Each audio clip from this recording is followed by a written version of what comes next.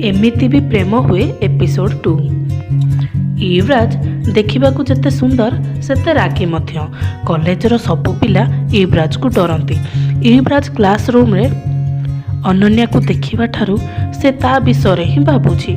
केतेबेले सार आसी ता पाखरे छिड़ा हेलेनी से जानिनी। एमिति मंत्रमुग्ध हो जाइछि। सार कौन ताको कहउछंती सेटा भी से जानिनी।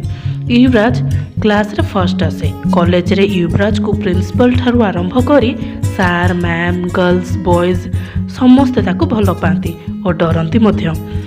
कहीं तांको बापा एमएलए बा गोटे गुंडा कहले भी किसी खराब हे नहीं। क्लास सरीला। युवराज गौतम आउ राहुल जीप रे घर को जाउथिले। बाटरे गौतम आउ राहुल निज निज भितरे धीरे धीरे कथा हेबाकू लागिले। ए कथा को युवराज शुणी पचारिला कौन कथा हेउछ मते कहून। गौतम राहुल को टिके देखिला आउ कहिला पचारिबी। राहुल कहिला पचारुनु। ए कथा शुणी युवराज रागिगला। से कहिला मु जहा पचारुछि सीधा सीधा आंसर न देही निजे निजे कौन कथा हेउछ। गौतम युवराज रो राग देखि कहिला युग तते गोटे कथा पचारिबी सत सत कहिबू। युवराज कहिला पचारुनु डरुछु कौन पाई मु बाघना भालू तते खाईजिबी। एमिति कही युवराज हसिला। युवराज को ता सांग आउ ता घर लोके ताको युग डाकंती। राहुल गौतम को कहूची तू युग शीघ्र पचारुनु एते लेट कौन पाई करूछु। गौतम राहुल को कहिला पचारुछि परा टिके रह ताको क्वेश्चन करबाकू तो टिके दे।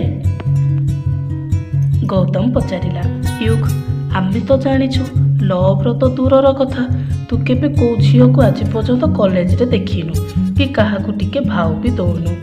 तू तो जानिछु डली तो पई सुइसाइड भी करिछि। एक कथा सुनी युग चिड़ी गला आउ कहिला मु जानि पारुनी तू एसबु मते कोन पई कहूछु।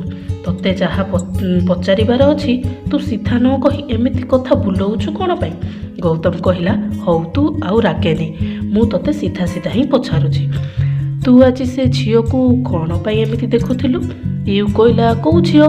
गौतम कहिला से नुआ झियो जी आज कॉलेज को आसीथिला ता ना कौन मु भूली जाइछि। एतिकी गौतम कहिछि। यू कहिला ता ना अनन्या ताकू अनु बोली डाकंती। एक कथा युग मुहरु सुनी गौतम और राहुल दुई जन युग को देखि शॉक होई गले। राहुल कहूछि तू युग आगरु को झियो को देखु नथिलु आज से झियो को देखी ता ना मने रखिदेलु। एक कथा सुनी युग टिके चुप हो गला। गौतम पुणी थरे पचारिला युग आउ कौन भाବୁचु किछि कहूनु कौन पाई। युग कहूछि आज मु से झियो माने अनन्या को देखी मोर गोटे केमिति अलगा फिलिंग्स टे आसिला जोटा कि आज पर्यंत मोर को झियो प्रति से फिलिंग्स आसीनी। आज अनन्या को देखी मु ता प्रति अट्रैक्ट हेली काहे कि के जानी। मो आखि आकरे तार से सुंदर आखि ओठ तार से क्यूट सा स्माइल सब देखा जाउची। मु जानी परुनी ता प्रति मोर एमिति फिलिंग्स कोन पई आसुची ता प्रति एते अट्रैक्ट कोन पई हेउची। सतरे कौन मु अनन्या को भल पाउछि। भल पाइबा कहा सह अधिक टाइम स्पेंड कले होउछि तो किछि समय परे होउछि तो कहा को फास्ट देखारे ही हो जाउछि। याकू ही प्रेम कुहंती। युग एतिकी भाबीची आगरे गोटे बड़ ट्रक आसी ता जीप रे पिटी हेई थांता। युग शीघ्र गाड़ीर स्टेरिंग टाकू बुलेई देला। सेमाने मरु मरु बंची गले। राहुल आउ गौतम युग को पार्टी करी कहिले तू कॉलेज रे जहा पागल हेलु हेलु आटलिस्ट एबे गाड़ी ड्राइव कला बेलू टिके ध्यान दे। एबे आमे केड़े बड़ एक्सीडेंट रू रक्षा पाइलु। युग तार भूल बुझी पारिला आउ आगु को देखी गाड़ी ड्राइव कला।